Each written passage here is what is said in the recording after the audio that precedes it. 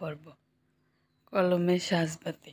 জীবনে একবার অন্তত প্রতিটা মানুষের আঘাত পাওয়া উচিত, তবে সেই আঘাত শারীরিক নয় বরং মানসিক। জীবনে চলার পথে একবার ধাক্কা খেলে পরবর্তী সময়ে খাঁটি মানুষ চেনার একটা আলাদা শক্তি পাওয়া যায়।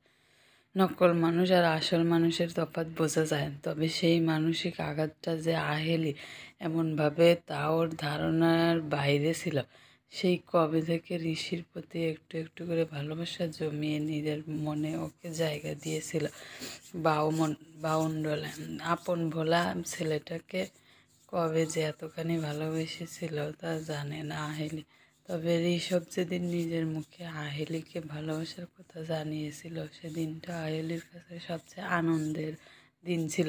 ঋষভ যে ওকে ভালোবাসতে পারে তা ওর ধারণার বাইরে ছিল।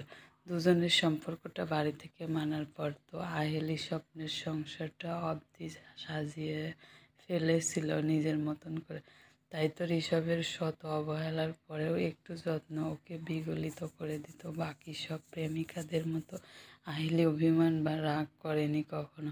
ও জানত ঋষভ সব্বার থেকে আলাদা। মানুষটা যেমনই হোক, সে শুধুই আহেলের স্বপ্নের সংসারটা কাচের ঘরের মতো। সামান্য একটা টোকায় ভেঙে খান খান হয়ে গেল। গভীর দীর্ঘশ্বাস বেরিয়ে এলো আহেলির বুক চিরে। হৃদয় ছিন্ন ভিন্ন হওয়ার যন্ত্রণা যে এতটা কষ্টের আজ তা প্রথম উপলব্ধি করলো আহেলি। ঘরের দরজা দিয়ে সেখানেই হাঁটু মুড়ে বসেছিল।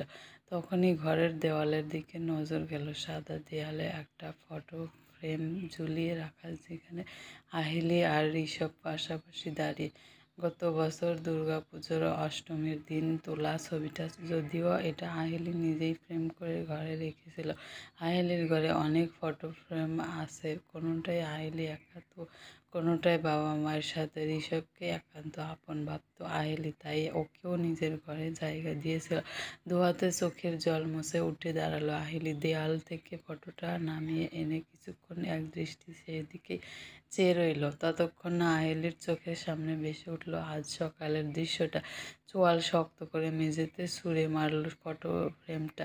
উল্টে পড়ার সাথে সাথে ঝনঝন শব্দ হলো। কয়েকটা কাচের টুকরো আশেপাশেই ছিটকে পড়ল। ঋষভ ইউনিভার্সিটি ছাড়ার পর পাকাপাকিভাবে রাজনীতিতে যখন প্রবেশ করলো, তখন থেকে আহেলি জানতো ওই মানুষটার স্বপ্নগুলো একদিন ঠিক পূরণ হবে। তখনও আহেলিকে ঋষভ মনের কথাগুলো বলে উঠতে পারেনি। এরপর আহেলি ঋষভকে দেখলেই বুঝতো সে কেবল একা দুর্বল নয়, অপর পক্ষেও তার প্রতি দুর্বল। এভাবেই কেটে যায় অনেকটা সময়। ঋষভ দলে একটা পোক্ত জায়গায় পায়। তারপর হঠাৎ একদিন আহেলিকে ডেকে ওর মনের কথা বলে। তবে কি সব মিথ্যে ছিল? এত কথা, এত প্রতিশ্রুতি সব মিথ্যে? হ্যাঁ, মিথ্যেই তো। না হলে আহেলি যখন ঋষভকে প্রশ্ন করতে উদ্যত হয়েছিল, তখন ওই মেয়েটা এগিয়ে এসে বলল, আই থিঙ্ক তুমি আহেলি। ঋষভ তোমার কথা বলছিল আমার। কিভাবে তোমায় ফেস করবে সেটা ও বুঝে উঠতে পারছে না। তুমি হয়তো ভাবছো আমি কি বলছি।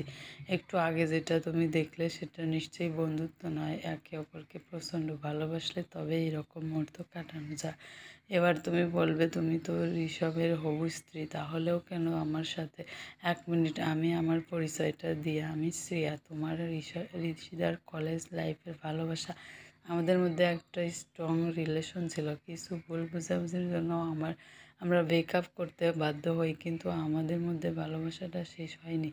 ওই যে বলে না, প্রথম ভালোবাসা ভোলা যায় না, সেটাই আর কি। আজ এতগুলো বছর পর আমরা মান অভিমান সব দূরে সরিয়ে আবার কাছে এসেছি। তাই প্লিজ তুমি আমার আর ঋষভের মাঝে এসো না। হ্যাঁ, এটা ঠিক যে ও তোমার কাছে কমেডি বিয়ার জন্য কিন্তু ভালোবাসে না তোমায়, জাস্ট আমায় ভুলতে তোমার কাছে টেনেছিল। এখন আমরা আবার এক হয়েছি। আচ্ছা, তুমি কি ভালোবাসাবিহীন একটা সম্পর্কে হ্যাপি হবে? তার চেয়ে এখনই যা হওয়ার হয়ে যাক। হয়তো কষ্ট হবে তোমার, কিন্তু পরে কষ্ট পাওয়ার চেয়ে এটাই ভালো হবে। চেয়ার কথা শুনে আহেলি ঋষভের দিকে তাকাতেই দেখলো ঋষভ মাথা নামিয়ে চুপচাপ দাঁড়িয়ে আছে। শ্রেয়া ঠিক তখনই আহেলির কাছে সরে এসে ধীর গলায় বলল, একটু আগে যেমন আমাদের ইন্টিমেট দেখলে, এর চেয়েও বেশি গম্ভীর সম্পর্ক আমাদের। এবার বুঝতে পারছো তো ঋষভ তোমায় ভালোবাসে না? যদি ভালোবাসতো তাহলে প্রাঙ্গণ প্রেমিকার ডাকে তার সাথে রাত কাটাতে পারতো। শ্রেয়ার কথা শুনে আহেলি বিস্ফারিত দৃষ্টিতে তাকালে শ্রেয়া হালকা এসে বলে, কষ্ট পেও না, সব ঠিক হয়ে যাবে। তখনকার কথাগুলো মনে পড়তেই আহেলি দেয়াল ঘেঁষে বসে পড়ল মেঝেতে। আবারও চোখ বেয়ে জল পড়তে লাগলো আহেলির। কেন ঋষিদা, কেন এরকম করলে আমার সাথে? তুমি আমার ভালোবাসা নিয়ে এভাবে কেন খেললে? কি পেলে আমায় ঠকিয়ে? আমি যে তোমায় পাগলের মতো ভালোবাসতাম, তার দাম এভাবে কেন দিলে? একবারও তুমি আমার কথা ভাবোনি? পায়ের কাছেই ফটো ফ্রেমের একটুকরো কাজ এসে পড়েছিল আহেলির। সেটা হাতে নিয়ে আহেলি কান্না জড়ানো গলায় বলল, আমার ভালোবাসাকে অন্যের বিছানায় পিষে ফেললে ঋষিদা। ছি, আমার নিজের ঘেন্না হচ্ছে, কিন্তু আমি যে তোমার পাশে কাউকে সহ্য করতে পারি না। আর তুমি কি না?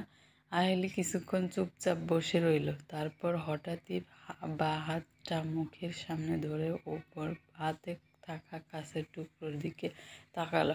চোখ বন্ধ করে বাঁ হাতের কবজির ওপর চালিয়ে দিল কাছের টুকরোটা। একটা কেবিনে পেশেন্ট চেক করছিল প্রান্তিক।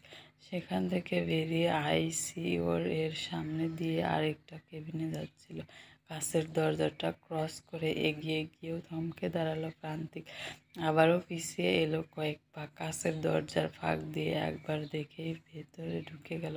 প্রান্তিককে দেখেই সামনের নার্স এগিয়ে এসে বলল, স্যার, আপনি এখানে? আপনার কোনো পেশেন্ট তো এখানে নেই। নার্সের কথায় উত্তর না দিয়ে প্রান্তিক সামনের বেডের দিকে তাকিয়ে আছে অবাক হয়ে।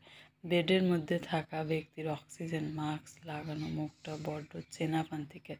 এই মুখের মায়ায় প্রান্তিক পড়েছিল, কিন্তু তখন তো সেখানে হাজার আলোর রোশনাই ছিল। তবে আজ এমন ফ্যাকাশে কেন? প্রান্তিক চেয়েছিল আহেলির সাথে যেন আবারও ওর দেখা হয়, তবে এভাবে তো চায়নি। প্রান্তিককে ওভাবে তাকিয়ে থাকতে দেখে নার্সটা নিজেই বলল, আর বলবেন না স্যার, ওই একই সুইসাইড কেস। এখনকার ছেলে মেয়ে তো একটু কিছু হলেই সব মরতে ছোটে। আপনি কি ওকে চেনেন স্যার? এই প্রশ্নের কি উত্তর দেবে প্রান্তিক? সামনে থাকা মেয়েটা হয়তো ওর অনেক দিনের চেনা, কোনো আপনজন নয়, কিন্তু মাত্র কদিনেই যে সে প্রান্তিকের মনে